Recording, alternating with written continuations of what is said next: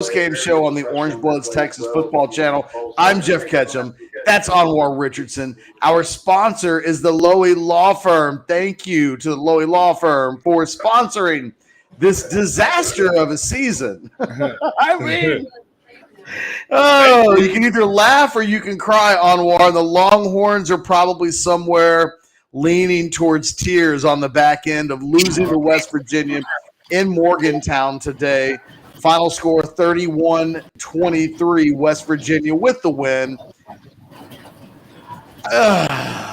It was a battle of 4 and 6 football teams, Anwar, and it pretty much felt like that. And to be fair to West Virginia, I thought the better team won today. I didn't think it was a bad game between bad teams. And at the end of the day, Texas was not better than West Virginia. There's, I don't know how much to say about this game, but it's almost over. The Longhorns, barring the NCAA allowing it to go to a bowl game with a 5-7 record, in a world where they beat Kansas State next week at home, which I'm not predicting that. The Longhorn football season 6 days away from completion, Anwar, barring something that is completely unforeseen at this point.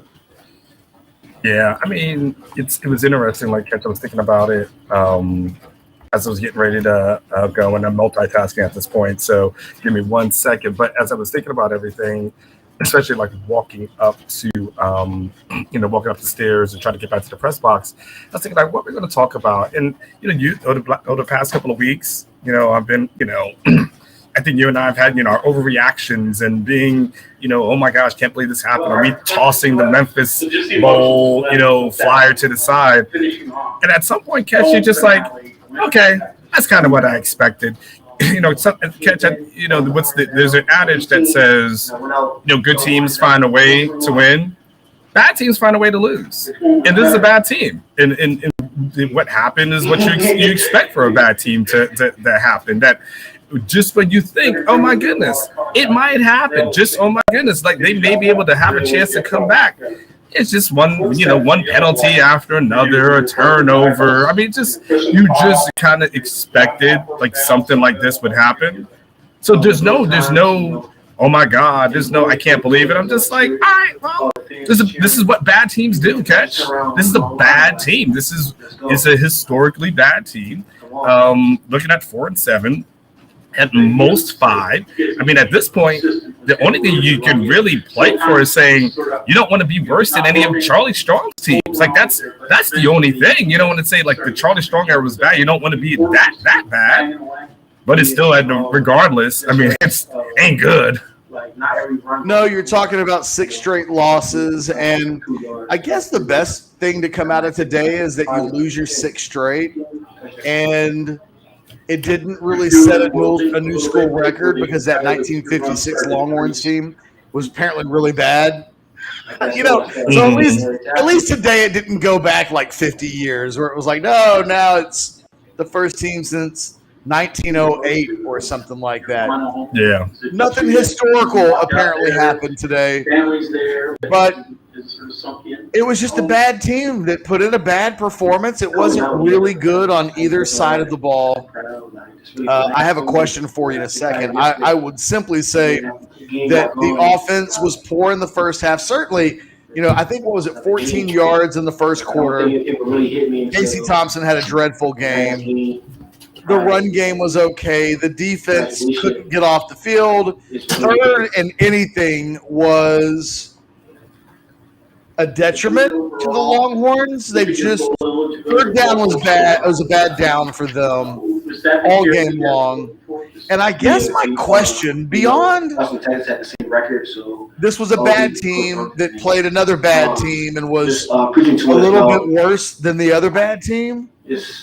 What's the talking point from this game? I don't really know what to talk about.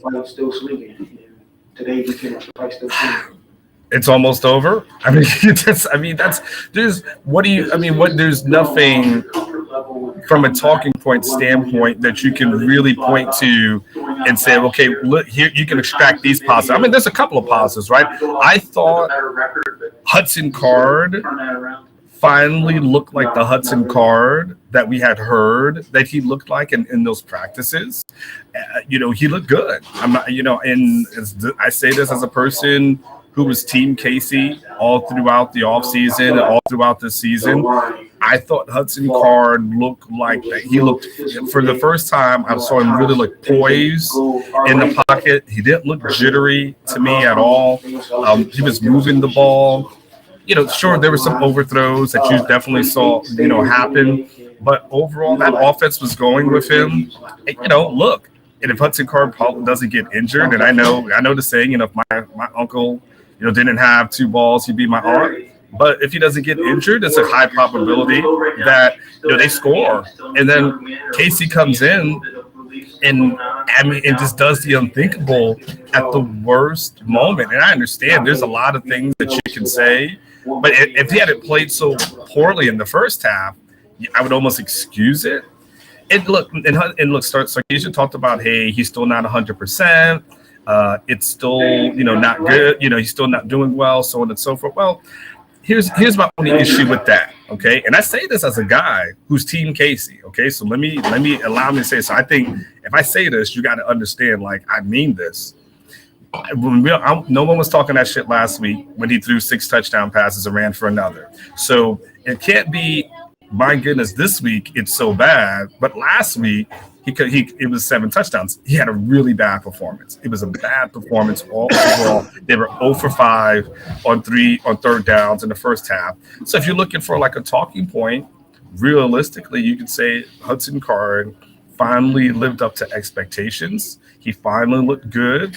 An injury derailed what was looking like a pretty good game for him, a game that they potentially win. And so, and it's fortunate that Casey gets hurt at the end. But for me, if you're looking for a talking point, and what we're gonna do, like continue to freaking talk about how the bad this team is. We know this team's bad. We know this team is not going to a bowl game. We know you and I can make Christmas plans. Like what everyone do in December that we haven't been able to do over the last few years, we can do it. Like book your Trail of Lights at any point.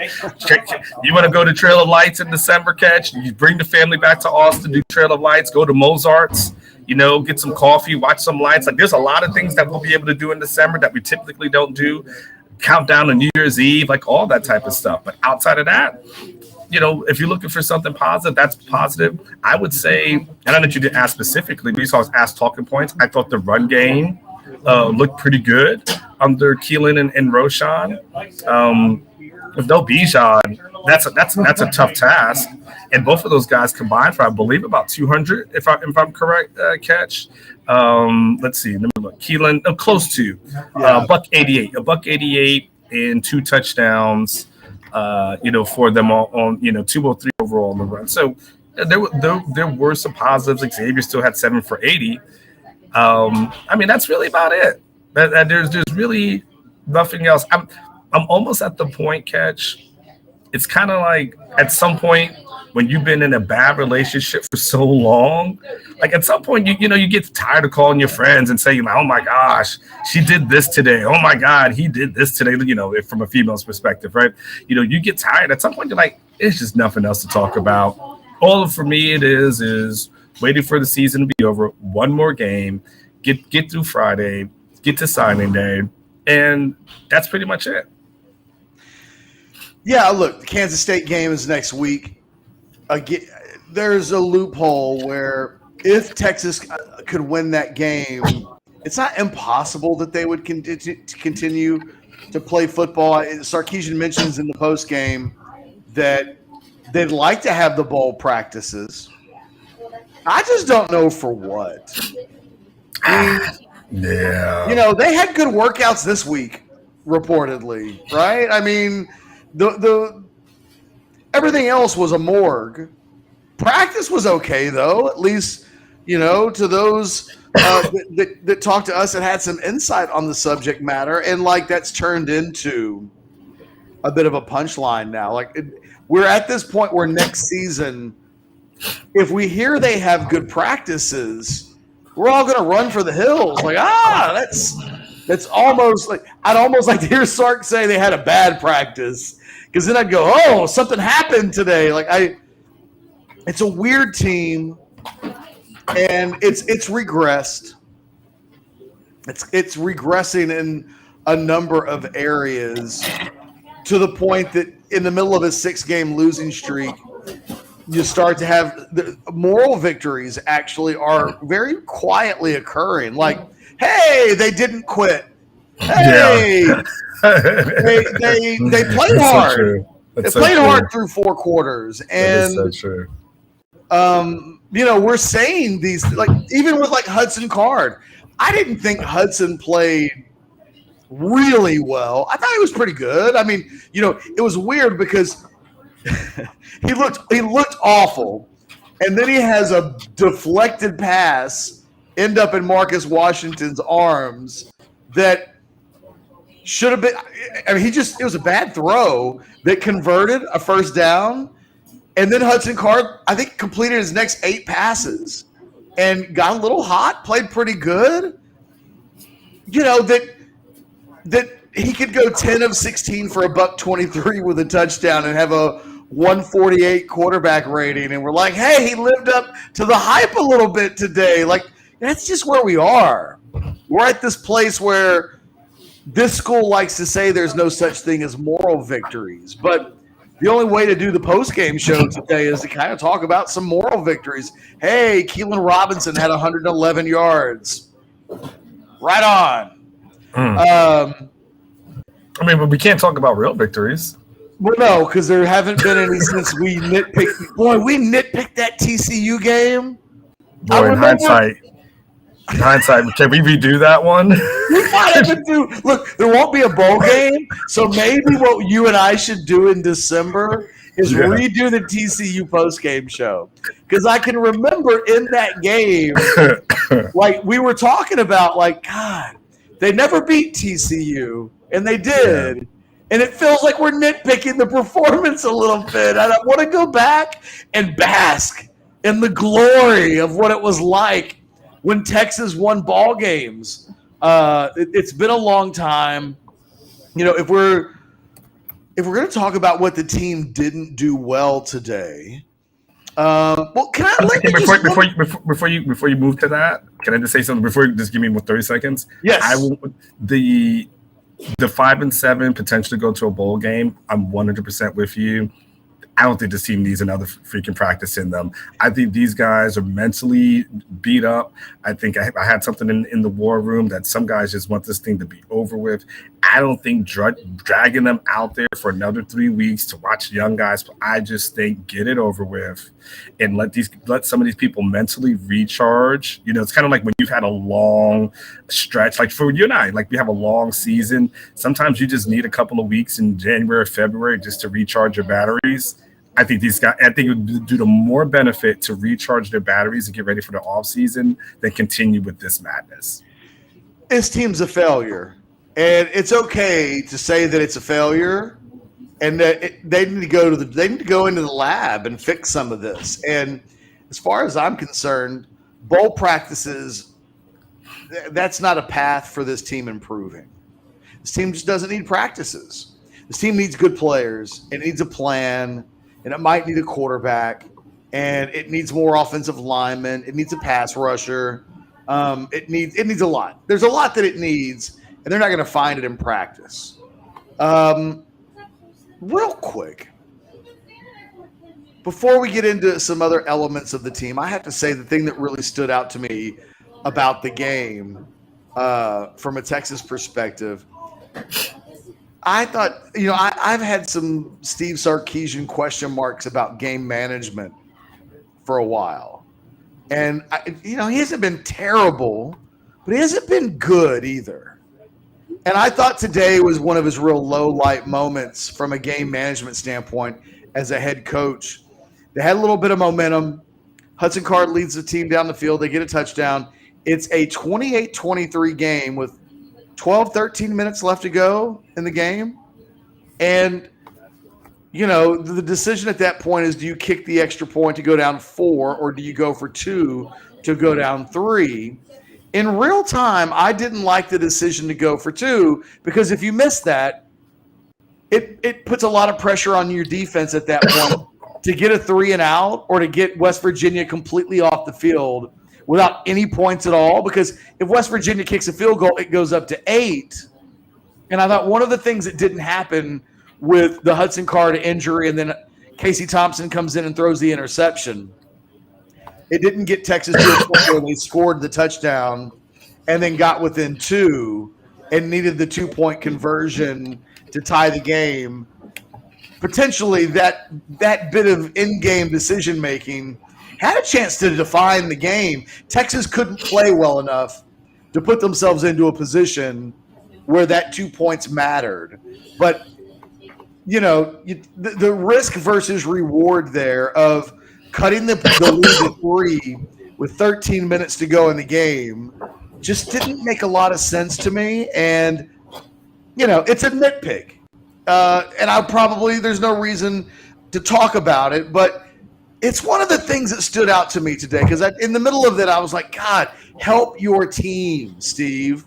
Help your team. And you got to help your team by doing smart things. I didn't really like it. Now, other things about the game, Xavier Worthy goes 7 for 80 and scores a touchdown, and I guess Xavier got his. But Marcus Washington was the only other receiver on the team that caught a pass today, and that was on the deflected pass from Card that should have been – I don't know what it should have been. It probably should have been incomplete. So on a day when Jordan Whittington came back, they weren't able to get him the ball once. I didn't think they did. Xavier Worthy gets 12 targets, but I thought they could have helped Casey Thompson and Hudson Card a little bit more by giving him more short passes. Let Xavier try to make something after the catch. The defense, I don't know. There's not a whole lot to say about. I don't know who to give a pat. You know what? Ben Davis gets a pat on the back today. That's 7 good. tackles. Yes. He had a sack and 2 tackles for loss. And that's probably the best game he's ever played in his collegiate career. If you're Ben Davis, today is that day that 6 years from now when he's sitting on his couch, he's going to say, you know what, they should have played me more. When they finally gave me a shot, look at what I did against West Virginia. He's going to have this thing saved. And every time you go to a Ben Davis house party, he's going to be that guy that shows everyone this thing as highlights. Or someone's going to make a Ben Davis highlight mixtape, and it's going to be all of West Virginia.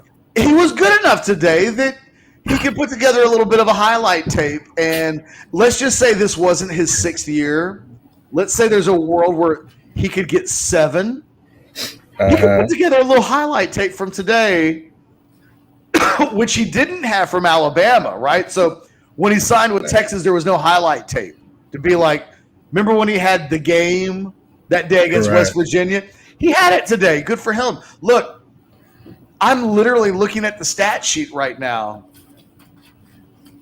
Maybe Tavondre Sweat I would give an attaboy to.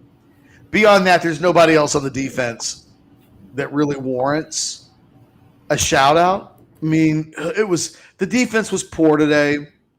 The secondary was atrocious. They gave up way too many plays on 3rd down. They just couldn't get off the field. So, I don't know what else to talk about. This thing doesn't even need to go super long. I have a couple of questions for you, though. Okay. Does Hudson Card come back in 2022?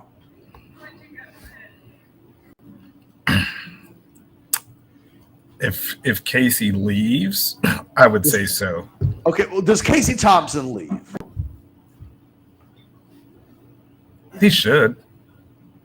I mean, I can't say for sure if you will, but I think if you're Casey, what you've got to understand is you've got 2 more years left to play, and you can't you can dismiss it on the thumb, but you're going to come back to another quarterback battle. I mean, that's what you're going to do. And when you have such limited time left, you probably want some assurances that you're going to be the guy. And I think coming back to a program where I don't think Steve Sarkisian could honestly say you're my number one guy and it be genuine.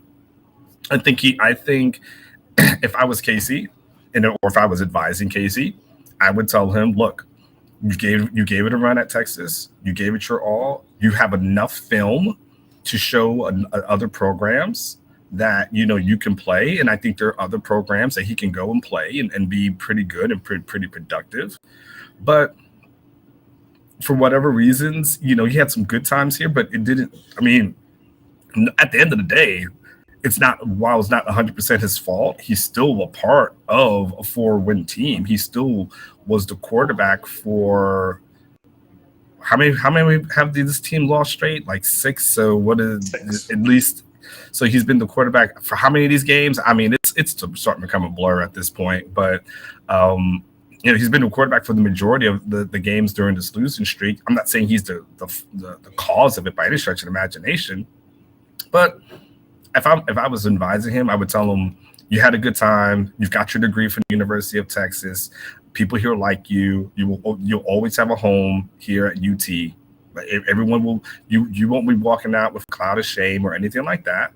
But go somewhere else and thrive, and enjoy the next couple of years. Yeah, he's gone, in my opinion. In part, I just don't know that, his season is ending on a bad note. Yeah. And I say that with all due respect to the touchdowns from a week ago. He still gets the stink of he played well against Kansas, but everybody on the team gets stink on them from that, right? And yeah, I think you specifically asked Charlie Strong. Freudian. Oh, damn. Oh, damn. You specifically asked Steve Sarkisian a question about Casey on Monday about, I don't know, what's he got to do to be your guy? And it was a chance to say he's my guy, and he didn't. And he said he instead is a microcosm of a 4-6 football team. And then I thought today was Casey's worst game. I mean, it doesn't get much worse than 4 or 14 for 20. He had a 31.7 quarterback rating, which, that's historically awful for a starting quarterback with, let's say, double-digit pass attempts. I'd have to go back and look, but 31.7 is pretty bad. I might even get lost in the rabbit hole this weekend of trying to find the last time the Longhorns had a quarterback post a 31. To put that into perspective, like Hudson Card had a 90 at Arkansas. Mm-hmm. Yeah. I think we all think of Hudson Card's performance at Arkansas as like the low water moment of quarterback play that any of us have ever seen. Right? He was scared. He lost his job that day through no touchdown. Like, it was a bad day, and yet statistically it can be worse. Today it was. I think Casey has to leave. I think because he's never going to regain the trust in Sarkisian. Sark's and I think Hudson Card has this same issue. Going into next season, Sarkisian has to know that his career is on the line. Yes. Is he really going to risk his career on either of these dudes? If he has a choice. Well, because you got to understand, because also with that catch, they played UTSA and Bama within the first 3 games. Yeah, man, the Bama game. They just need to find a way to get out of that. UTSA is having a damn good season as well. I get it. One thing at a time. Get rid of the game that threatens to. That could be bad. Like Saban will run it up next year. Especially after what happened here in Austin anyway. So that's personal for him. Forget the Sarkisian part. It's I have allergies, by the way. I know people keep making fun of me in the chat. My allergies are killing me. I got some Zyrtec here. I'm telling you, it's an allergy thing. We talk about the quarterback so much, Anwar. I think they've had some injuries, and they're rotating in a lot of guys now. This team sucks, man. They deserve to be 4-7. And I think the thing that I've been thinking about the most is I don't know what Texas football fans are supposed to say or think about the program for the next 10 months.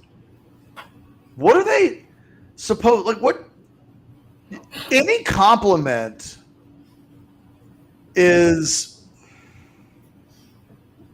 will be met with sneers. We will not be able to tell people at practice thought it was a good practice today. Oh God, no. I mean, you know what they'll tell us? Get better sources. Yes, that's what they'll tell us. And it's fair. It's fair, right? Because I'd sneer and be snarky if it was me. And it was my team. And real quick, just to put a final thought, either Hudson Card or Casey Thompson coming back next year reminds me of 2015 when Swoops came back. And the whole it's not even close thing. We said for months, Charlie can't go with Swoops again. Anything but Swoops. The fan base will lose its mind if they play Swoops. And it looked like it was going to be Swoops. And people lost their mind. And then in the end, somebody got to Charlie and said it can't be Swoops. It Sterling just Gilbert. Can't be. Sterling Gilbert. Yeah, exactly. And I think the thing that both Hudson and Casey, in a world where either of them would come back, I think that's the thing that I don't know, because you can't win that. Hudson Card can never win Steve Sarkisian's trust back in practice. But Sarkisian's been pretty blatantly obvious about not wanting to play Card. I mean, he had to play him today because Casey gave him no option. He was 4 of 12 in the first half. So when I think about we've got to do a job and cover this team, it just doesn't feel like we're covering a good team. And part of the thing about college football is the hope that it brings, where, there's a freshman class coming in and you can go out to the portal and you know what I mean? There's always this idea that nobody ever goes from one year to the next and thinks, we're going to suck this year and be much worse than the year before. Nobody says that. But this is a Texas football team that going into this offseason, I don't know what Texas football fans tell themselves. And I don't think Steve Sarkisian knows what to tell Texas football fans, because I was slightly caught off guard, Anwar, by the idea that he said after the game that one day he hopes his team can sing the eyes of Texas and not just stand there for it. Well, why actually, are you bringing that up, Steve? Let's talk about all the things you can bring up. Let that lie. So here's the backdrop of that. So they on the PA after the game, they played the West Virginia song, right? And you will feel free to stereotype, because I don't know who sings that damn song. Okay, I know it. I just got to say, it wasn't played a lot in my house growing up, but you know what I'm talking about. Anyway, as they're playing it on the PA, right? The country road. Take me home. Okay, yeah. You know what I'm talking about, right? And so the Texas band, is up on the third level in the corner. So, but it's blasting. So they're standing there. They've tried to keep their horns up but they can't hear. They're waiting for this band to get done, the song to get done, which is a long song, by the way, really long if you've lost. And at some point, they're just standing, and then eventually, I think they just kind of gave up on it, and it was like, all right, we're out. And they just went into the locker room. So that's what he was referring to, where he was like, I wish we could sing our song, as opposed to, yes, John Denver, thank you. I'm just saying. I don't think I had a John Denver Muppets Christmas album when I was a kid, though. I will have to say that. That random, just going to be random. I think John Denver. John Denver was a thing back in the day. I understand. Nobody under the age of 30 knows who the hell you're talking about. But, I mean, John Denver was like a thing in the 70s. And we might as well talk about John Denver, because otherwise we're just talking about this football team. I did have a John Denver Muppets Christmas album. I'm looking at it right now. I totally remember it. Had this as a kid. Real quick, I've seen somebody make the comment in the chat a few times. Okay. It could be somebody related to the player. So I'm not going to go hardcore, but somebody keeps wanting to say the Jahdae Barron played really well on defense today. Mm-hmm. He wasn't good. He was okay. I mean, he wasn't the reason why they lost, right? It wasn't. Anthony Cook got posterized a couple of times, but West Virginia saw him in the starting lineup in place of Josh Thompson. A lot of what they did early in the game was targeting with short passes. Jahdae Barron looked like a guy for me today that just needs to add some weight, get in the weight room, and develop a little bit more. Like, there's something there, but I didn't want. I don't. I'm looking at the stat sheet right now. I'm not going to go die on a hill for a guy that made 4 tackles and had a pass breakup. He was all right.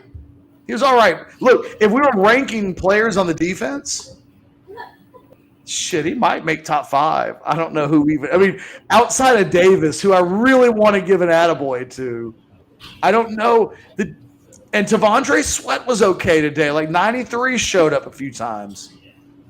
It was rough on that side of the ball. It was just – you want to talk about – Sark talked about microcosms for the team. The microcosm for this football team was closing the gap to 28-23, and then West Virginia gets the ball back, and Texas gets a sack on first down. Holy shit! Texas got a sack! Then on the next play – they got another sack. Anwar, I don't know when the last time Texas got back-to-back sacks on consecutive plays, but it feels like it's been a minute. And on 3rd and 18, with a little bit of momentum, you get the ball back to your offense, they score a touchdown. You don't even have to get the 2-point conversion. You're in the lead. And they gave up a 19-yard completion. And then they're losing the game, and the defensive players talked noise with their West Virginia counterparts the entire game. And nothing annoys me more as a football fan when bad football players talk junk. So you had a game where you had 2 bad teams, just barking at each other. What ends up happening? Well, Texas gets a unsportsmanlike conduct penalty on Darian Dunn. Then it's 1st and goal inside the 10. And they get it to 3rd and 7. Yeah, but then they gave up a touchdown. Mm-hmm. And so I guess that wasn't on the drive. That would have been the drive after the Xavier Worthy touchdown catch. So a little bit earlier in the 3rd quarter. But Texas closes the gap and tries to get a little bit of momentum going, and Texas just couldn't stop shooting itself in the foot. And it goes back to what you said, maybe your earliest comment in this postgame show brought to you by the Loewy Law Firm. Bad teams find ways to lose games. And Texas today really tried to – they had to go hard. But they did find ways to lose this game, and nothing about it felt like an accident, even if they were competitive for 4 quarters. Let me ask you a question. And it's an overreaction Monday. Well, actually, let me ask you one thing. And actually,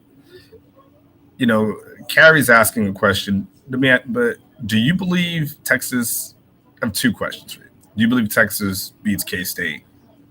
No. I think K-State's going to beat the brakes off of Texas. Okay. So I'm not saying you entered this season as a guy who was standing on the heel for Sarkisian and the staff, but we did kind of believe that this was one of the better staffs that had been assembled for Texas in a long period of time. And we pointed out to what we thought the strengths were. I wrote that. I think you wrote that. There was something, we thought this was one of the best we've seen. Were we wrong? Yeah. I mean, do we have to say, you know what, guys? Some of the things we said before the season, straight up, we were just dead ass wrong about. Well, yeah, but I've already said that. I mean, maybe I haven't. Maybe I haven't. That's the problem. In the middle of this game, I mean, we both picked this team. You picked them to go 8-4. I picked them to go 9-3. I'm not really worried about what anybody else said and what anybody else's records were. We were wrong. You and I, just you and me talking right now. I thought Hudson Card was going to have a really good season. Now, what ends up being really interesting that we were right on, we just were right in the wrong way, is because I can remember you and I talking about Hudson Card and Casey Thompson. And I told you multiple times, I don't think it matters who plays quarterback. I think the team will have the same record no matter who plays quarterback. My whole point about playing Hudson was because that's true. Because there's no advantage in terms of wins and losses. That you play Hudson because that'll help you more for 2022. Well, in the end, I end up being unintentionally right because it doesn't matter who plays quarterback for this team. You know what this is? You know what this is? This is Brendan Eagles, Caden Stearns Part 2 with you and I. Once again, you and I are going at each other. You know what we've got to tell each other next year? When all of a sudden, because it always happens organically, right? And then it's like, what the hell are you talking about? What the hell are you talking about? And then we stay on it for months and months and months. The next year, we have to tell ourselves, just stop. Stop it. There will be no winners in this debate. Whatever debate we have, there will be no winners. I love the fact that we've reached the point where Jimmy Lake loses his job because he can't stop putting his hands on players. It's so bad that Texas is like, bring in the guy that got fired at midseason. All right. I'm ready to wrap it up. My final thought on all of this is to answer your question where you just were, Anwar. I have no faith in Steve Sarkisian. He's given me personally no reason to believe in him as a head football coach. So for the next 9-10 months, that's not going to change. The trust, I think, in Steve Sarkisian that was so easily given, and I think that's the point you were just making. You and I were willing to give this staff credit that even if only marginally, that they would be an upgrade from the previous staff. Because let's be honest, the previous staff was just okay. But nothing has happened this season that warrants benefit of the doubt. So I'm just letting everybody know in advance, I will probably be a very grouchy and jaded guy throughout the offseason because until the confidence is won with actual good coaching and good play, and I see that like Leo right here is like, come on, Ketch. Sark is not the problem. He hasn't been a solution. That's my point. Point to me in a game where Steve Sarkisian is making a positive impact on the program right now. So going into next season, that trust will have to be earned. And I think the majority of Texas fans will probably feel the same way. They will need to see it before they believe it. And then the first time they see it, if in fact it happens, you'll probably see a lot of, hey, Ketch, is it okay to dream? And my reaction to that will probably be, well, slow down. Let's make sure. And I think that's where we are with the program. Like, there's a lot of work that needs to be done. And on paper, this team's going to have to look a lot different. And we don't know what that means yet. Is it different because they go out and get Ray Thornton or Ben Davis or Obi Ogofu? Or are they able to go out and get a different level of players through the portal? I mean, it's going to make a big difference on where this team goes from now. And it's weird because people are like, don't pile on the team, Ketch. Is this piling on? I mean, this is admitting that the team is 4-7. And that if anybody – because here, I guess this would be the last question I was going to ask you. Mm-hmm. And Randall Jackson asked what would need to happen for Sark to have your trust. We have to see like some real positive momentum on the field in games next year. This thing is going backwards. They're going to likely finish this season on a 7-game losing streak.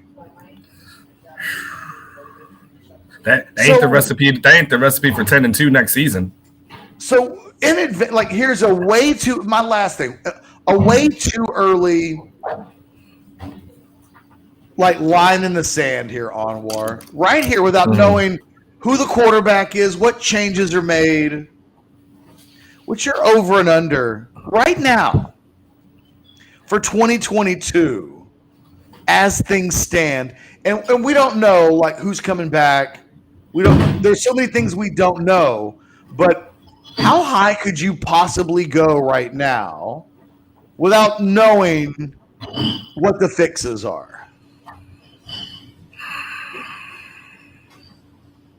Like, what are we talking about? 7-5? 7. Is 7-5 a good season?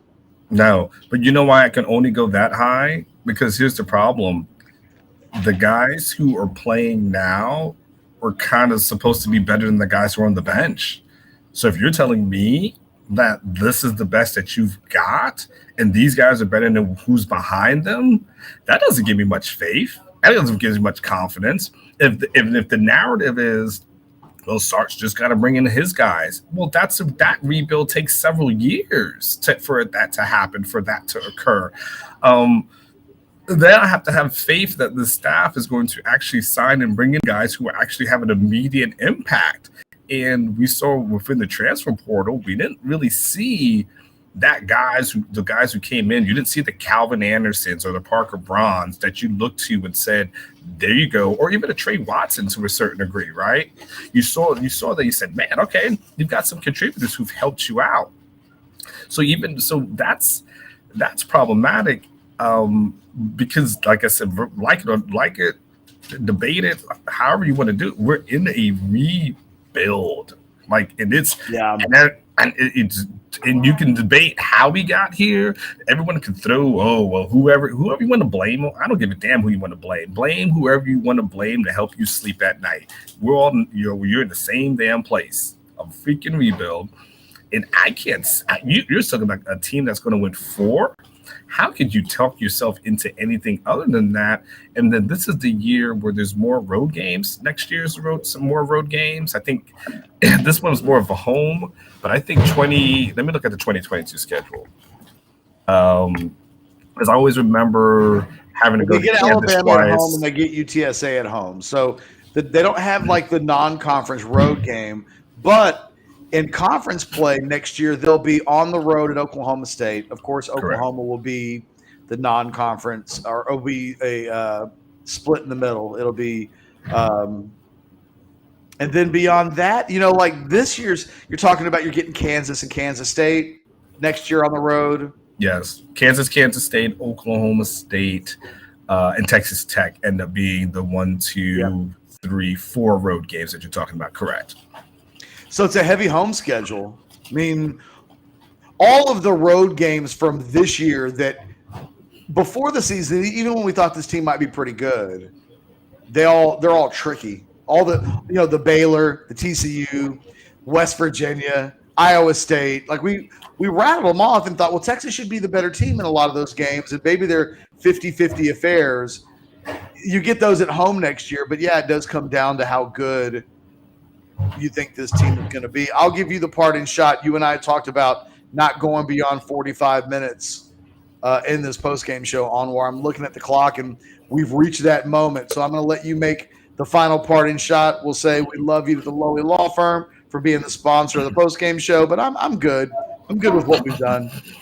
I mean, I think we'll have to. There will be a lot of analysis to be had. I think Steve Sarkisian will have to, when he starts looking through like what went wrong this season. I mean, he's got to look at staff, and we don't anticipate huge staff changes or anything to that effect. But he's going to have to look at that defense. He's going to have to look at what they're doing from that cover 2 scheme. Just there's clearly not a belief that guys can handle other guys man to man. So still that 4 from 5. They still have 2 high safeties, and you just give that up, and you're just like, okay. So he's got to look at that, and like I said, the scary part is what this could potentially look like next year. I think the good thing for Longhorn fans is it's coming to an end this next Friday. I'm hoping it's going to look like on Black Friday if fans are just going to say, man, I'm just going to go shopping. I'm just not going to deal with it. Like, I don't know what it's going to look like, but overall, it's over. It'll be over. That's my partner shot to Longhorn fans. It will be over soon. And here's what you have to look forward to. You can have a good signing day class in December. That'll be something to look forward to. Everyone will get pumped up in the springtime and about that. And by the time training camp rolls around, people will probably be talking and drinking the Kool-Aid once again. I've seen this thing, and I've seen how this book has ended. I'm no matter what. Come training camp, come August, Texas. When we start saying pump the brakes, put it at 7 and 8, people will inevitably tell us we're ridiculous. Look at this. Look at the schedule. This is a 10-win team. You don't know what you're talking about. Rah rah rah. So, yeah, it's bad. And last thing is Kevin Eltai, Chris Delcani, the people who decided to make the change. Right now, it looks like they made the wrong decision, and now they are married to this decision, and they have no choice but to hope that Steve Sarkisian figures this thing out on the job. That's their only choice. It's their only hope. It's the only thing they can do is to hope that somehow he finds a way to turn it around, because it's too late. So there it is. So that's my parting shot. It's almost over, but Ketchum and I will still be doing videos, so don't you worry. Every day. Oh my gosh! Look, there's only 2 ways you can go. You can either be an optimist, or you can be a pessimist. I encourage people to be optimistic on war, but be cautiously optimistic. I think going into next season, it's okay to believe in Sark. This isn't all his fault. There's a lot of layers and nuance to it, but man, there's a lot of work to do. And quite frankly, so much of next year's team will be Sark's creation that we're going to learn. Like, you could make a case that if the team was mediocre this year, maybe it limits his ability to completely shake the whole damn thing up. But this season gives him an opportunity to strip it all down if that's what you want. Get as many of your guys as possible And consequently, next year, I don't think you can say Tom Herman's name a whole lot. It will be Sark's team, and it means we'll learn a lot about Sark one way or the other. Maybe you learn enough to know that you did get it right and you just needed a little bit of time. Maybe you learn earlier than you needed with Charlie Strong or any of these other guys that you did get it wrong, and you'll have a big enough of a sample size to know that one way or the other. We shall see. We're going to do this again on Monday. We'll do the Monday Overreaction show. We'll have the post-game show this week. Kansas State, Texas, the season finale from DKR, where dozens of you will show up, I'm sure. Can I cover it from home? Yes. Yes, you can. For myself and Anwar Richardson, who would just as soon eat more turkey and overdose on reheated Thanksgiving Day dinner on next weekend than maybe go see that thing in person. Fellas, we'll do it again next week. Thanks, as always, for watching. Thank you to the Loewy Law Firm for sponsoring. And thanks for hanging in there with us, fellas. We'll talk to you soon. Later.